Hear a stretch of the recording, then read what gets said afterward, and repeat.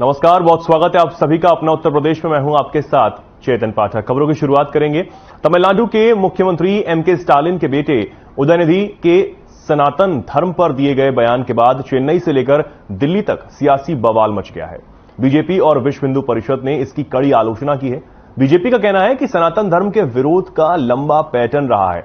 वहीं कांग्रेस ने कहा कि हम किसी भी धर्म पर टिप्पणी नहीं करना चाहते हैं। राम जन्मभूमि के मुख्य पुजारी आचार्य सत्येंद्र दास ने कहा कि सनातन धर्म को किसी भी कीमत पर खत्म नहीं किया जा सकता। सनातन धर्म सदियों से अस्तित्व में है और रहेगा। वे उदयनिधि स्टालिन सनातन धर्म का वास्तविक अर्थ नहीं समझते हैं। वह जो भी कह रहे हैं वो बिल्कुल गलत है। खेल मंत्री उदयनिधि ने सनातन धर्म के विषय में बोला है। सनातन धर्म आज से धर्म है, उसी से सारे जितने भी धर्म हैं, जितने पंथ हैं, उनकी उत्पत्ति हुई है। उसको किसी भी कीमत से मिटाया नहीं जा सकता।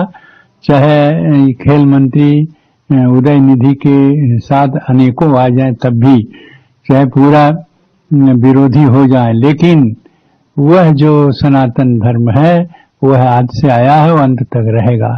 जितना भी है, चाहे वो अपनी माता पिता की सेवा करना, ये भी धर्म है, यह भी सभी लोग करते हैं। उससे कोई भी व्यक्ति वंचित नहीं है। जो भी माता पिता की सेवा करता है वो भी सनातन धर्म के अनुसार है। जो अपने पुत्रों के परिवारों को पालन करता है वो भी उसी सनातन धर्म से है। अब खबर कन्नौज से है, जहां दुकान का ताला तोड़कर नकदी और सामान पर चोरों ने हाथ साफ कर लिया। जानकारी के मुताबिक जब महिला सुबह दुकान खोलने पहुंची तो पहले से ही ताले टूटे देखकर उसके होश उड़ गए। फिलहाल सूचना पर पहुंची पुलिस खानापूर्ति कर वापस हुई है। पूरा मामला सदर कोतवाली क्षेत्र के बलही गांव का बताया जा रहा है। वहीं पीड़ित के मुताबिक उसने कर्ज लेकर दुकान खोली थी।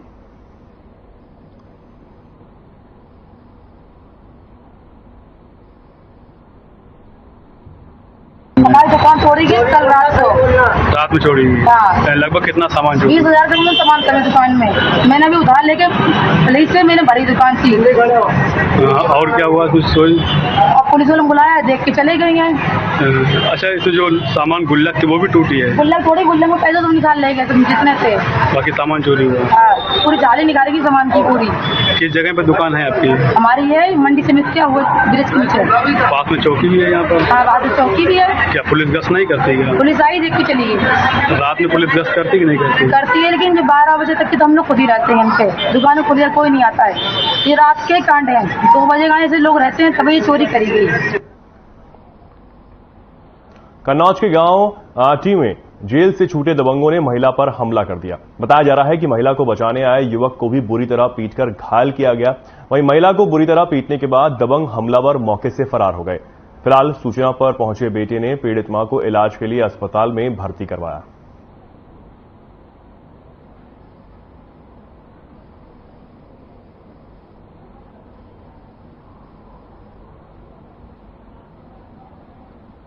गांव रहती हैं।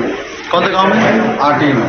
वहाँ जो है 3 शराबी भाई जो है, क्या नाम श्याम और ये का नाम राजकिशोर और ये का नाम बंटू, तीनों लोग आगे माँ के ऊपर हमला बोल दिया। 4-5 दिन पहले थोड़ा लड़ाई हुई थी इनके भाइयों में, और कोई रहता ही नहीं गांव में, केवल माता जी रहती है। तो ये नहीं वहाँ तो इनके ऊपर जो है शराबी है, सब पूरा परेशान किए गाँव को। अभी जेल में जो है फिर आगे वो जो है आगे दारू पी के झगड़ा ही करना है। किसी जो है माँ हो चाहे बहनों, किसी को मतलब सब पे ही है।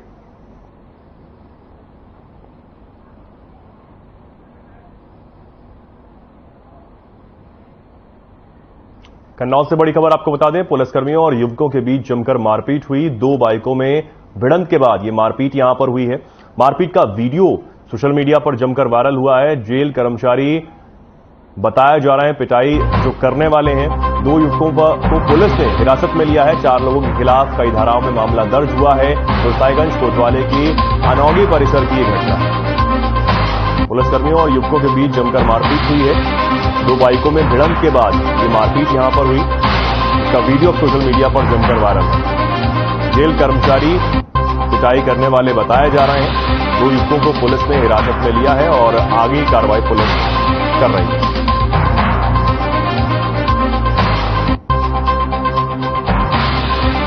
जिसका वीडियो वायरल हुआ है और पिटाई करने वाले जेल कर्मचारी बताए जा रहे हैं। फिलहाल पुलिस ने 2 युवकों को हिरासत में लेकर कार्रवाई शुरू कर दी।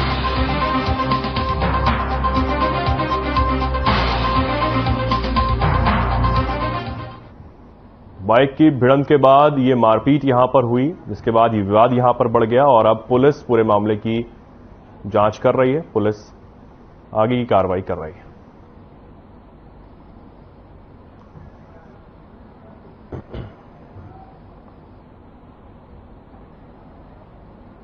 घोसी उपचुनाव में सपा प्रत्याशी सुधाकर सिंह के बेटे पर एफआईआर दर्ज हुई है। आरोप है कि उन्होंने जफरपुर पुलिस चौकी के एक सिपाही को फोन करके धमकाया। कहा कि सपा के पक्ष में आप काम नहीं कर रहे हो, तुम्हारा जो चौकी इंचार्ज है दलित समाज से है, तुम्हारे चौकी इंचार्ज सरोज को जूते से पीटेंगे। इस मसले पर डिप्टी सीएम ब्रजेश पाठक ने रविवार को अपने आवास पर प्रेस कॉन्फ्रेंस की। उन्होंने कहा कि सपा के गुंडे पर पूरी तरीके से अराजकता पर उतर आई है। चुनाव में कभी भी हिंसा हो सकती है। इस संबंध में चुनाव आयोग को बीजेपी का प्रतिनिधिमंडल शिकायत करेगा। हमारी चुनाव आयोग से मांग है कि पूरे मामले में निष्पक्ष कार्रवाई की जाए। पार्टी के जो प्रत्याशी हैं श्री सुधाकर सिंह जी, उनके सुपुत्र जो ब्लॉक प्रमुख हैं, उन्होंने कुर्थी जाफरपुर एक पुलिस चौकी है, उसके एक आरक्षी को फोन करके धमकाया। कहा कि समाजवादी पार्टी के पक्ष में आप काम नहीं कर रहे हो, आप यादव समाज से हो और तुम्हारा जो चौकी इंचार्ज जो दलित समाज से है, कहा कि चौकी इंचार्ज जो सरोज हैं उनको आकर के हम जूते से पीटेंगे और धमकाने का काम किया। समाजवादी पार्टी पूरी तरह से अराजकता पर, गुंडई पर उतर आई है। अपनी हार से बौखला करके समाजवादी पार्टी किसी भी प्रकार के वायलेंस को कर सकती है चुनाव में। हम आज निर्वाचन आयोग में अपने पार्टी के पदाधिकारियों के माध्यम से एक शिकायत दर्ज कराने जा रहे हैं कि निर्वाचन आयोग संज्ञान ले जो कुकृत्य समाजवादी पार्टी के प्रत्याशी के पुत्र द्वारा किया गया है। पुलिस प्रशासन को खुलेआम धमकी दी गई है, जूते से मारने की धमकी दी गई है और कहा गया है कि हम तुम्हें सस्पेंड करा देंगे, जानते नहीं हो कि हम सुधाकर सिंह के बेटे हैं, सुधाकर सिंह चुनाव लड़ रहे हैं। इस प्रकार की गुंडई अराजकता जो समाजवादी पार्टी के डीएनए में प्रारंभ से ही हम ये बात कहते आ रहे हैं, आज ये बात प्रमाणित हो गई है कि समाजवादी पार्टी चुनाव में अपनी हार को सुनिश्चित मान करके किसी भी क्षण भयंकर वायलेंस करा सकती है, गुंडई करा सकती है। बूथ लूटने की पूरी तैयारी इनकी है। बूथ बूथ पर गुंडे पूरे प्रदेश से बुलाकर समाजवादी पार्टी ने लगाने का काम किया है। राजधानी लखनऊ में महिला कांस्टेबल के साथ लखनऊ पुलिस कमिश्नर कार्यालय में तैनात कांस्टेबल द्वारा छेड़छाड़ का मामला सामने आया है। महिला ने इस संदर्भ में बड़े बाबू से शिकायत की है। ज्वाइंट पुलिस कमिश्नर अपराध आकाश कुलहरी ने बताया कि महिला कांस्टेबल ने महानगर स्थित बड़े बाबू कार्यालय में तैनात एक हेड कांस्टेबल पर अभद्रता का आरोप लगाया है। शिकायत पत्र की आंतरिक समिति के तहत जांच की जा रही है। जांच समिति का नेतृत्व पुलिस उपायुक्त मध्य कर रहे हैं। महानगर स्थित पुलिस कमिश्नर ऑफिस में महिला के साथ रक्षाबंधन के दिन छेड़छाड़ की घटना हुई। महिला ने बताया कि रक्षाबंधन के दिन वो ज्वाइन करने के लिए कार्यालय पहुंची थी। वहां पर मौजूद हेड कांस्टेबल ने उसके साथ अभद्रता की।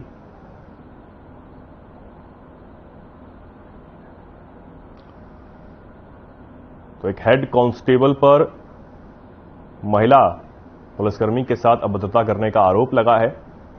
मनचाही पोस्टिंग का लालच यहां पर दिया गया, ये बात सामने आई है और अभद्रता की गई। फिलहाल महिला सिपाही ने शिकायत यहां पर दर्ज की है और अब जांच जारी है।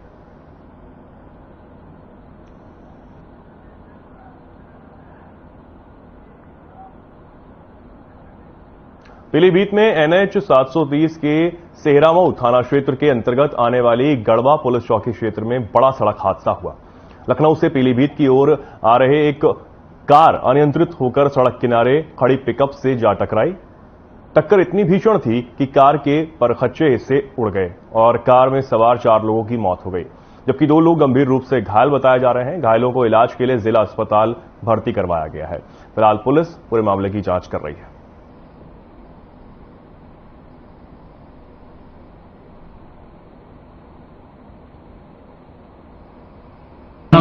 सिरमौर में सुबह आज 3 बजे के आसपास एक एक्सीडेंट की घटना हुई। उसमें अल्टो में 6 लोग सवार थे। उन 6 लोगों में से 4 लोगों की मृत्यु हो गई। मृतकों के नाम अब्दुल नौशाद, साइना राहत, मरियम और बैतुल नसीब है एवं घायलों के नाम आमिर एवं आविया है। आविया एक 8 माह की बच्ची है और घायलों को उपचार के लिए अस्पताल भेज दिया गया है एवं मृतकों की बॉडी मोर्चे के लिए भेज दी गई है। परिवारजनों को इन्फॉर्म कर दिया गया है और तहरीर लिखकर नियमानुसार विधिक कार्रवाई की जा रही है। और घटना एक अल्टो की डीसीएम के टकराने से हुई थी। डीसीएम एक गलत साइड में खड़ी हुई थी, उस पर नियमानुसार विधिक कार्रवाई की जा रही है। आकाशवाणी लखनऊ की तरफ से G20 जल के लिए चल कार्यक्रम आयोजित हुआ, जिसमें मुख्य सचिव ने संबोधित किया। इस दौरान उन्होंने क्या कुछ कहा, आपको सुनवाते हैं।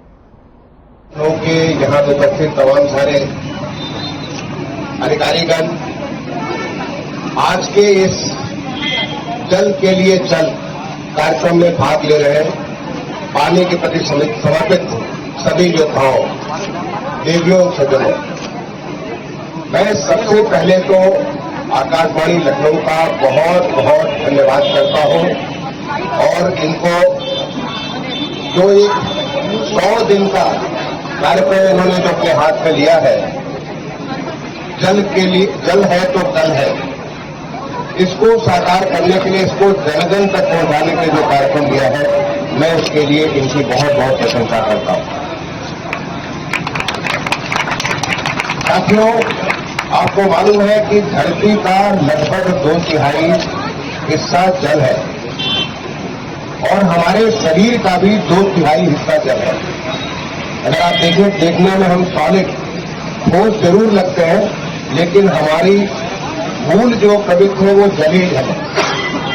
इसी प्रकार से प्रकृति के जितना सब कुछ है, हर एक में लगभग 2/3 के आसपास अंश जल होता है। अगर 2/3 को निकाल दें तो बचता है 1/3 बचता है, तो फिर वो 1/3 का अस्तित्व ही खत्म हो जाता है। इसीलिए हम कहते हैं कि जल है तो कल है।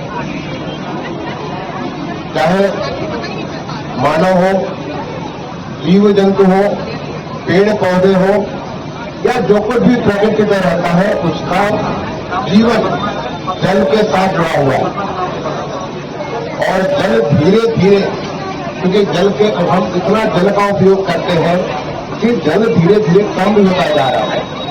तो जल को बचाने के लिए हम जो कुछ भी करें, आप पूछेंगे हम क्या कर सकते हैं?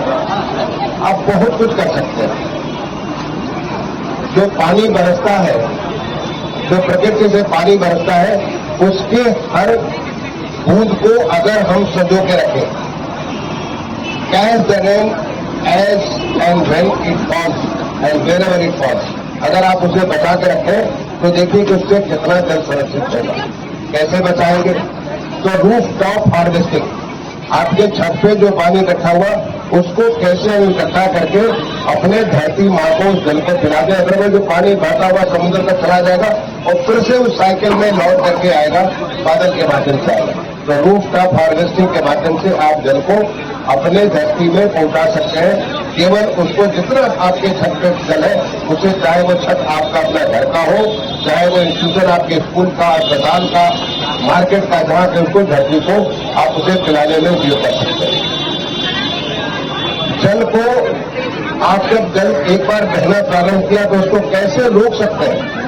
आप जल को रोकने के लिए जगह जगह से अवरोध अगर बनाएंगे तो उसकी वजह से भी जल हमारे धरती को धीरे धीरे धरती में दिखेगा। जैसे हमारे शरीर में कोशिकाएं होती है, ऐसे ही वाटर की हमारे धरती माँ के अंदर ऐसी इसी प्रकार की तमाम सारी उनकी भी कोशिकाएं, तो उनको उसके पास अगर जल होगा तो हमारा जल का लेवल ऊपर होगा, जल आपको तुरंत मिल सकेगा।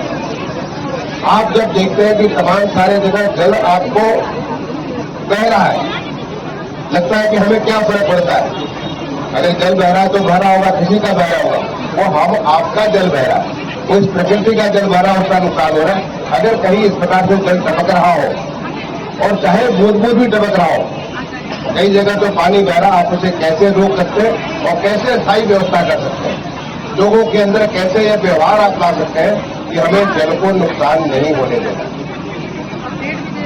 जल को रोकने का एक बहुत बड़ा दुश्मन है हमारा प्लास्टिक। आप प्लास्टिक को कैसे अपने उपयोग में, दैनिक उपयोग में प्लास्टिक का उपयोग कम से कम, पॉलिथीन का उपयोग कम करें। अदरवाइज देखेंगे जहां कहीं भी अगर गंदा जल रुका है तो इसका मतलब आसपास में प्लास्टिक, वहां पे पॉलिथीन जरूर होगा। उसको कैसे अपने जीवन के उपयोग में कम कर सकते हैं, वो भी हमारा उसका साथ हो सकता है। ऐसे आप छोटे छोटे, जैसे कि जहां भी आप जल का प्रयोग करते हैं तो कैसे उसका दोबारा उपयोग कर सकते हैं। जैसे कि हमारा आज के डेट में सीवर सिस्टम बन रहा और सीवर सिस्टम का एसटीपी बनता है तो एसटीपी का जो पानी उसको फिर से कैसे दोबारा उपयोग में ला सकते हैं, वही पानी, उससे हम अपने फ्रेश वाटर का उपयोग नहीं करेंगे। कैसे हम जो हमारी बड़ी बड़ी बिल्डिंग्स, हमारी जो तमाम सारे आवासीय या हमारे जो और भी रिहायशी जो जगहें बन रही हैं, वहां पे कैसे डुअल पाइपिंग का माध्यम से हम उसी पानी को क्लीन करके दोबारा उपयोग कर सकते हैं, जिससे कि हमें शुद्ध पानी जो पीने का पानी है उसकी हमें कम से कम जरूरत पड़े। और सबसे बड़ी बात जो अभी हमारे प्रदेश में शुरू किया गया 24/7 ड्रिंक फ्रॉम टैप, यानी ये कार्यक्रम अमृत 2 योजना के अंतर्गत अभी हमारे प्रदेश में जो अयोध्या में शुरू किया गया, इसको राज्य सरकार ने स्वीकृत कर दिया।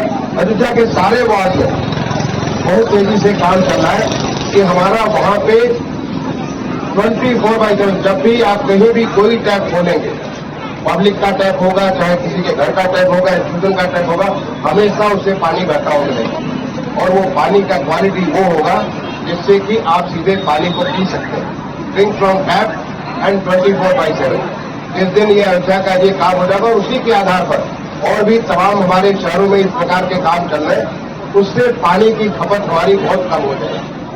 जो छतों पे लोगों को काले काले बड़े बड़े जो टैंक मिलते हैं, वो पानी को उसके टैंक की आवश्यकता नहीं होगी, सीधा सीधा पानी अपने नल से पी सकते हैं। अभी हाल में मैंने आदेश दिया कि हम लोग यहाँ पे जल संरक्षण का पार्क बनाए। जल संरक्षण के पार्क में लोगों को अवेयरनेस बिल्ड करने के लिए कैसे आप छोटे छोटे अपने कदम के माध्यम से पानी को बचा सकते हैं। बच्चों के अंदर इस प्रकार की भावना, ऐसे लोगों के अंदर इस प्रकार का एक कैसे विश्व जागृत कर सकते हैं कि जिससे आप पानी को बचाएं। जब जिस दिन हमारे बच्चों में आज जैसे सफाई की बात हो गई है, ऐसे ही जल संरक्षण के बारे में सोचिए। आज माननीय प्रधानमंत्री जी ने पूरे देश में जल जीवन मिशन के माध्यम से हर घर में जल ले जाने का एक संकल्प लिया और उसमें हमारा उत्तर प्रदेश बहुत तेजी से आगे बढ़ रहा है। आज उत्तर प्रदेश जो देश के जो सबसे टॉप परफॉर्मेंस डिस्ट्रिक्ट है उनमें आता है, अलग अलग कैटेगरी में हमारा उत्तर प्रदेश आता है। आज उत्तर प्रदेश में लगभग 1.5 करोड़ घरों में पानी पहुंच चुका है, जो किसी जमाने में लोगों को पानी के टैंकर खोलते थे उससे पहुंचता था, अब वहां पे उनके हर घर में नल है और हर नल में जल है। इसी प्रकार से जो शहरी इलाकों में Amrut Atal mission for urban rejuvenation and transformation जो हमारा मिशन है भारत सरकार का, उस मिशन के माध्यम से हर घर में जितने भी नगर पालिकाएं, नगर सौंदर्य और नगर निगम है, हर के घर में जल को पहुंचाने की व्यवस्था की जा रही है। वही नहीं बल्कि हमारे वाटर को ट्रीट करने की भी व्यवस्था की जा रही है, इसे ट्रीट करके हम लोग रीयूज कर सके और पानी के उपयोग हम लोग कम कर सकें। तो ये दोनों व्यवस्था माननीय प्रधानमंत्री जी के एक उन्होंने जो नए भारत का, एक विकसित भारत का जो सपना देखा, जो विकसित भारत वो होगा जहां पे ऐसा नहीं कि पानी की कमी हो, बल्कि पानी हमारे पास अफराज होगा। हमारे पास प्रकृति ने पानी दे रखा है, हम उसका चूंकि ज्यादा दोहन करते हैं, उसके नाते हमारा पानी कम होगा। तो क्या हम इस प्रकार के ऐसे कार्यक्रम में जो जल जीवन मिशन है और हमारा अमृत 2 का जो मिशन है, जिसमें पूरे देश के हर घर को पानी पहुंचाने का संकल्प है, उसको पहुंचाने के लिए पानी को हम संरक्षित कर सकते हैं। ये हमारे हर एक नागरिक का कर्तव्य है। इसी प्रकार से जो हमारे कल कारखाने वहां भी बहुत पानी लगता है, कैसे हम उसके पानी को एक तो ट्रीटेड पानी को उपयोग करें या दूसरा कैसे हम पानी का वहां पे कम से कम उपयोग हो उसको कर सकें। हमारी खेती बाड़ी में जो खेती आप करते हैं, खेती बाड़ी में पानी का बहुत ज्यादा उपयोग होता है, तो क्या खेती बाड़ी में हम पानी के उपयोग को कम कर सकते हैं? आपको मालूम है 1 ड्रॉप मोर क्रॉप, यानी हर ड्रॉप से, पानी के हर ड्रॉप से आज स्प्रिंकलर के माध्यम से ऐसे तमाम किस्म के जो ड्रिप इरिगेशन के माध्यम से ऐसी टेक्नोलॉजी आ गई है जिसे कम से कम पानी में, जिससे सीधे सीधे हर फसल के जड़ में। फिलहाल के लिए खबरों में इतना ही। नमस्कार।